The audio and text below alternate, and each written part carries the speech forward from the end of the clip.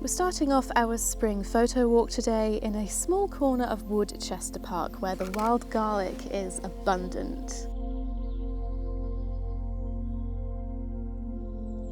Now when I first got here, I automatically started framing up eye-level shots, focusing on all of these trees and the wild garlic surrounding them. But I took the time to experiment a little bit, and actually I'm finding that a lower perspective is offering much more engaging and interesting images. Playing around with foreground subject and experimenting can create depth in an image, so I could choose to have all of these beautiful white flowers out of focus in the foreground of an image where the main focus would then be on the trees in the background. Or vice versa, I could do the opposite. I could have the background out of focus, but just giving a hint, a sense of location, but focusing on these beautiful flowers and these vibrant green leaves.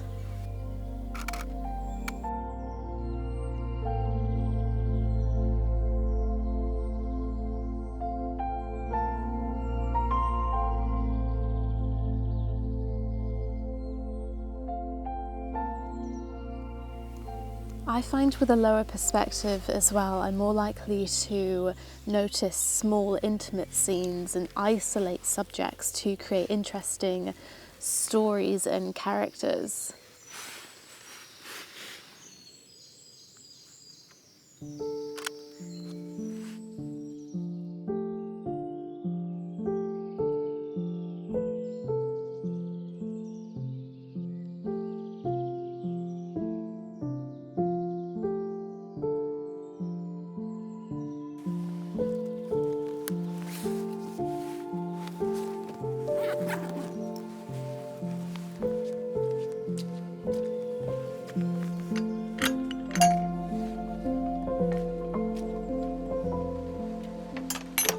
Despite the dismal weather that we're having today, and no, I don't choose to go out in the rain. This is England, it just seems to rain a lot. And to be honest, it wasn't supposed to rain this afternoon, but here we are. I'm absolutely loving how green everything is again. I just love this time of year where everything is so vibrant and fresh.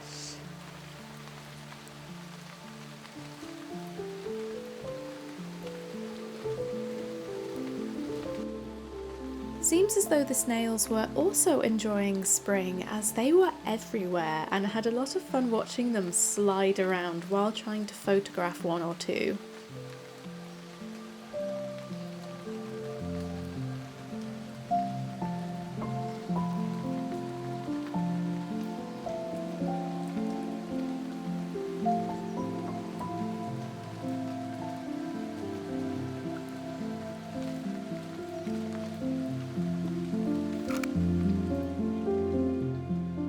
This little snail wasn't as shy as the rest and took a moment to see what I was doing before deciding, actually you're not that interesting.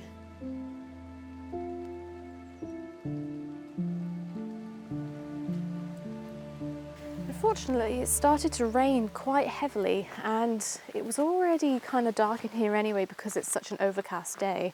But now, there really is not a lot of natural light, which is not ideal, to be honest. So,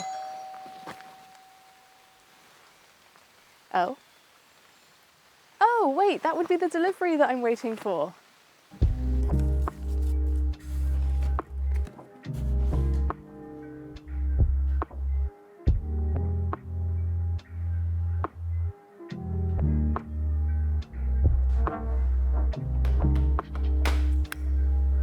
Kase have sent me their new 200mm manual f5.6 mirror lens to try out, and seeing as they don't have a mount for my camera system, they have also arranged a Z7 loan for me as well.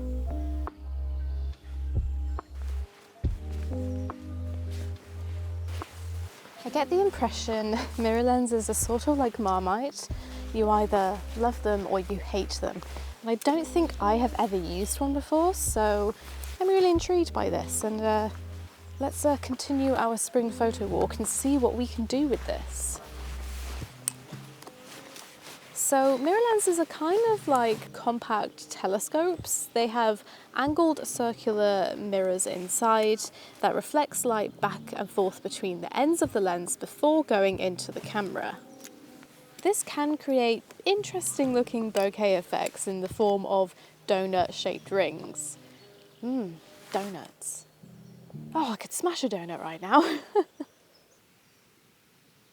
This is much more obvious where we've got really bright, contrasted light in a scene in the out of focus elements. So for example, in this scene here, we are focused on this wild garlic flower that is standing up a bit, sort of poking up a bit taller than the rest of it.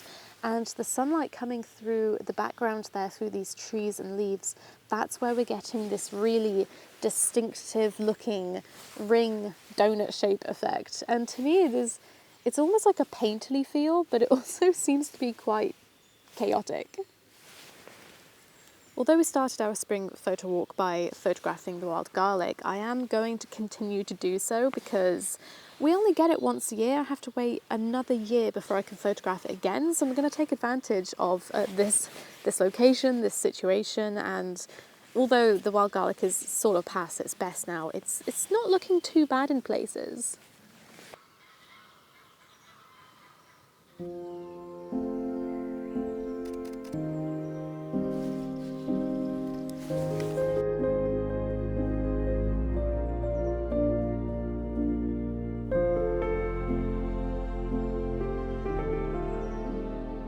Most of our spring growth seemed to be on the edges of the pathways, making it a little awkward at times to photograph.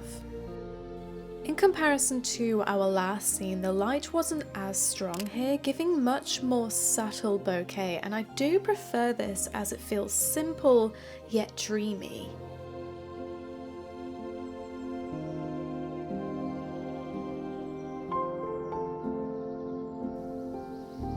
I tried a few different compositions out, but I was finding those strong Cheerios quite overwhelming in an already busy woodland setting. But the thing about trying something new is that there is a bit of a trial period, and I was having fun doing something a bit different from my usual work.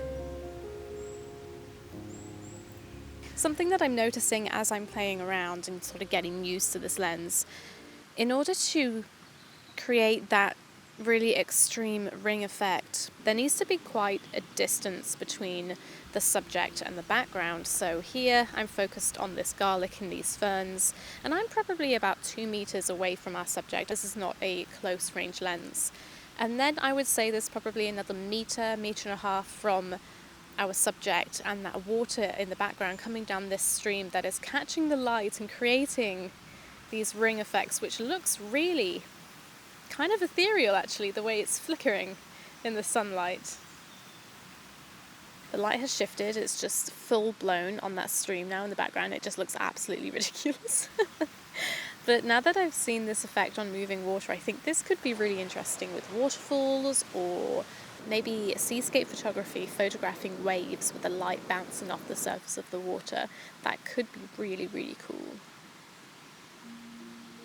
It was really relaxing watching polo-filled water flicker and shift as the sun moved, but I chose not to photograph this scene as the composition wasn't particularly strong, but also the attention was drawn to the water in the background because that was where the light was, rather than the vibrant green growth in the foreground. I think it was here that I realised that I do prefer a softer, dreamier image with more subtle contrast and spaghettios, and not to complain about the great weather, but the sun was a bit too harsh for my liking. Don't slip. Don't slip. Do not slip. Oh. Oh, I'm off. I'm off.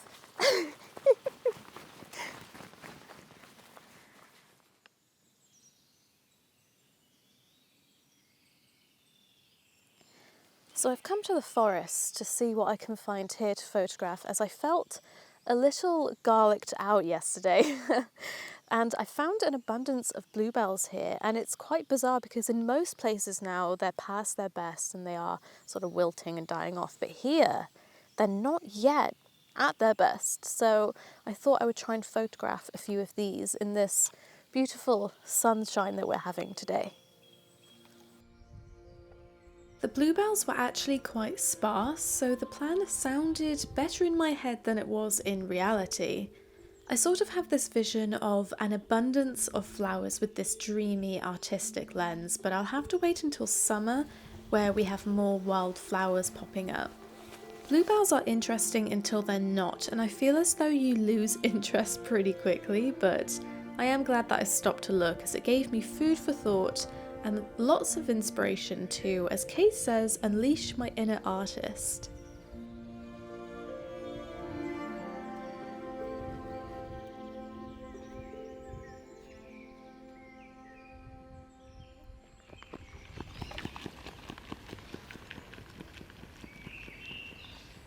I think I definitely have run out of steam now. And do you know what? Somebody has flipped the switch on the weather in England. We started out with very typical British weather, and now this feels like we're in Florida. It's very hot, it's very sunny, and the light is very, very harsh. I had fun trying this lens out. I think I have a better idea now of the sort of images that you can take with it. I chose to use it as an artistic effect with those rings in the background of my images. But if you're looking for a telephoto lens or a prime lens that is really, or is cheaper than a standard conventional telephoto lens and is very, very lightweight, this weighs practically nothing, then a mirror lens is an interesting option. So I think we are going to conclude our spring photo walk and take some ideas away for next time. Thank you for watching. A big thank you to Kase for allowing me to try this lens out, and here are the Highland cows that I tried to find all day and found them last minute as I was going back to the car. See you next time.